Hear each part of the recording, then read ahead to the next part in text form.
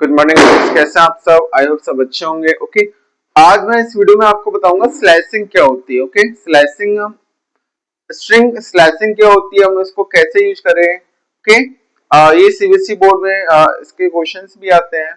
Okay, slicing के कुछ कुछ क्वेश्चंस आते हैं। ओके, तो आज मैं आपको बताऊंगा कि स्लाइसिंग एक्चुअली में होती क्या है। ओके, स्लाइस का मतलब होता है जैसे आपने स्लाइस, जैसे हमारे घर में सेव होता है, हम उसको स्लाइस करते हैं, छोटे छोटे उसके पीस करते हैं। ओके, और वहां से उसको खाते हैं।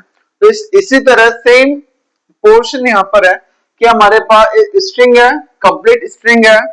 हमें करने क्या है, उसके छोटे छोटे पार्ट निकालने। क्या करना है, उसके छोटे छोटे पार्ट निकालने। ओके, उसको स्लाइस करना है, स्लाइस करके हमें उसको प्रिंट कराना है।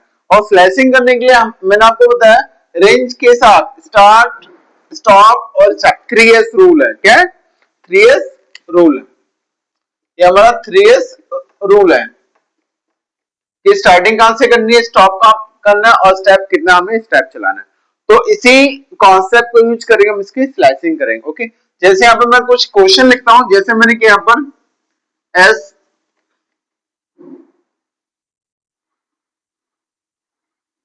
S14। ओके, और यहाँ पर जो मैं आपको स्लाइसिंग बताऊंगा वो सिर्फ मैं इस वीडियो में अभी आपको बताऊंगा फॉरवर्ड स्लाइसिंग। ये हमारी फॉरवर्ड स्लाइसिंग है जिसमें हम हमेशा पॉजिटिव यूज करेंगे। ओके, पॉजिटिव वैल्यूज हम यूज करेंगे। जैसे यहाँ पर किया मैंने S1:4, 1:4। देखिए, ये हमारा स्टार्ट पॉइंट है और ये हमारा एंड पॉइंट है। ये स्टार्ट पॉइंट है और ये हमारा एंड पॉइंट है। देखिए, स्टार्ट पॉइंट कहां से हो रहा है, 1 से। तो इसका मतलब यहाँ पे लिख लेता हूं मैं, यहाँ पर ऊपर स्पेस नहीं है तो मैं यहाँ पर लिख लेता हूं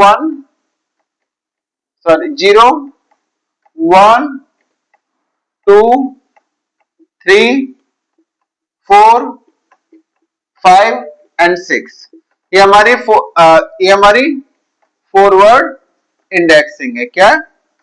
फॉरवर्ड फॉरवर्ड इंडेक्सिंग। ओके, देखिए, तो स्टार्टिंग क्या हो रहा है, कहां से, 1 से। देखिए यहाँ पर 1 आ रहा है और एंडिंग क्या हो रहा है, 4, यानी 4। देखिए 4, 2, 3, 4। अब मैंने आपको बताया जब भी हम रेंज के अंदर एक एंडिंग पॉइंट लेते हैं तो हमेशा एक वैल्यू कम चलते हैं। तो यहाँ पर कहां तक चलेगा, वो 3 तक। तो क्या वैल्यू प्रिंट करेगा, ELC। क्या प्रिंट करेगा, ELC। ये हमारा प्रिंट करेगा। Okay, S1:6:2। देखिए, यहां पर ध्यान से समझना, ये स्टार्टिंग पॉइंट है,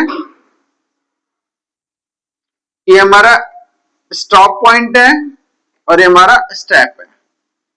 स्टेप कितना लेना है, 2। तो इसका मतलब कितना स्टेप हमें चलना है, 2 स्टेप चलना है। ओके, अब इसको चला के देखते हैं। ये मैं थोड़ा स्पेस यहाँ पर दे देता हूँ सो दैट आपको अच्छा समझ आए। मैं इसको थोड़ा इरेज करता हूँ। ओके,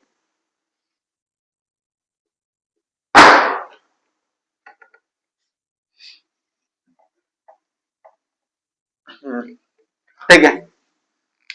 स्टार्टिंग पॉइंट 1 है, एंडिंग पॉइंट 6 है। हमेशा याद रखना, जब भी आप स्लाइसिंग करोगे, जब भी आप स्लाइसिंग करते हैं तो हमेशा ये चीज नोटिस करना पहले 2।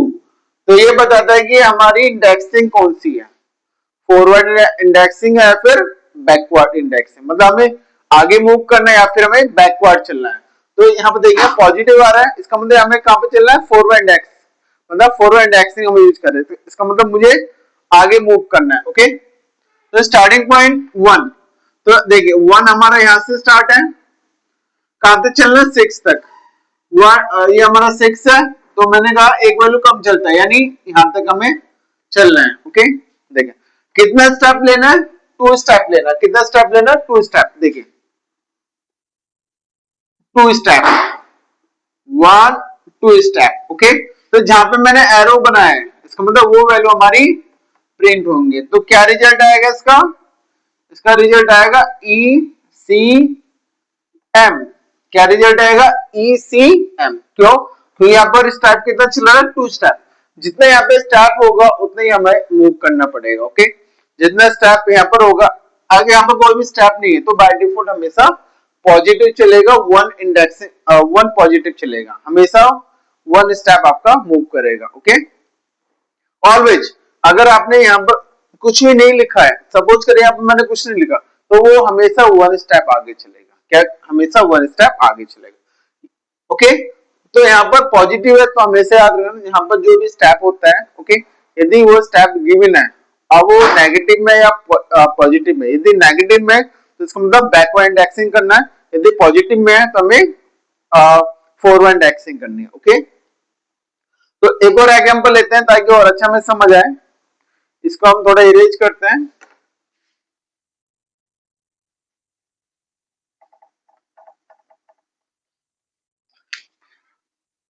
मैंने यहाँ पर थर्ड लिखा, एस ऑफ कोलन 7:2। देखिए यहाँ पर मैंने ये इसको ब्लैंक छोड़ दिया, मैंने यहाँ पर इसको ब्लैंक छोड़ दिया। ओके, हमेशा याद रखना जब भी स्टार्टिंग पॉइंट में कुछ भी नंबर नहीं हुआ तो ऑलवेज स्टार्ट फ्रॉम 0, हमेशा वो 0 से स्टार्ट होगा, हमेशा 0 से स्टार्ट होगा। तो इसका मतलब बाय डिफॉल्ट ए कहां से स्टार्ट होगा, 0 से स्टार्ट होगा। ओके, एंडिंग पॉइंट क्या है, 7। स्टेप कितना चलाना है हमें, 2 स्टेप चलाना है। कितना चलाना है, 2 स्टेप चलाना है। ओके, तो 0 यहां से स्टार्ट होगा, एंडिंग एंडिंग तो है नहीं, तो इसको हमारी क्या होगी, यहां तक चलेगा क्योंकि एक वैल्यू कम चलेगा 6 तक। 2 स्टेप करना है, 1 2 step 1 2 step 1 2 step.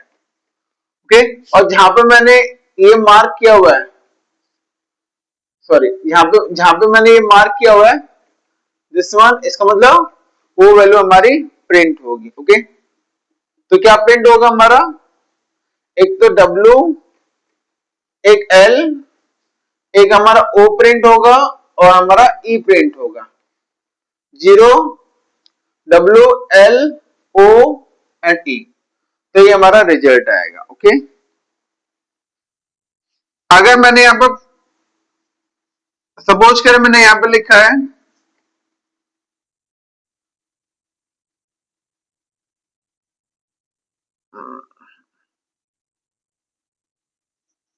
3 9 and 3 9 3, starting point 3 से होगी, एंडिंग पॉइंट 9 होगा, और ये हमारा स्टार्ट कितना चलेगा, 3।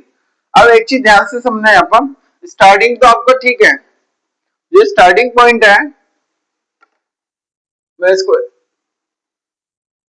ये जो हमारा स्टार्टिंग पॉइंट है ये तो हमारा ओके है, बट ये जो हमारा एंडिंग पॉइंट है ये तो आउट ऑफ रेंज हो गया, आउट ऑफ इंडेक्स हो गया, इसमें तो कोई इंडेक्सिंग नहीं है। तो हमेशा ध्यान से समझना, जब भी एंडिंग में कुछ जैसे 9 है तो 9 तो है नहीं, हमारा मैक्सिमम कितना 6, तो ये सारी वैल्यू प्रिंट करेगा। क्या करेगा, सारी वैल्यू प्रिंट। तो कहां से स्टार्ट हो रहा है, 3 से, 0 1 2 3, यहां से स्टार्टिंग हो रही है, इसका मतलब 6 तक चलेगा, ये हमारा 6 तक चलेगा। कितना स्टेप चलेगा, 3 1 2 3। ओके, इसके आगे तो चलेगा नहीं, इसका मतलब दो ही वैल्यू प्रिंट करेगा, एक तो ये वैल्यू प्रिंट करेगा और दूसरी यानी सी, एक तो सी वैल्यू प्रिंट करेगा, दूसरी ई वैल्यू प्रिंट करेगा। ओके, आई थिंक आपको ये समझ आ गया होगा कि हमारी फॉरवर्ड इंडेक्सिंग कैसे हम स्लैश करते हैं, कैसे हम उसका रिजल्ट फाइंड करते हैं। ओके, तो ये मैंने आपको स्टेप बता दिए फॉरवर्ड इंडेक्सिंग के। ओके, इसी के बाद मैं आपको बताऊंगा बैकवर्ड इंडेक्सिंग क्या होता है, उसके स्टेप क्या होते हैं, फिर मैंने आपको दोनों को मर्ज करके आपको बताऊंगा। Okay, thanks for watching.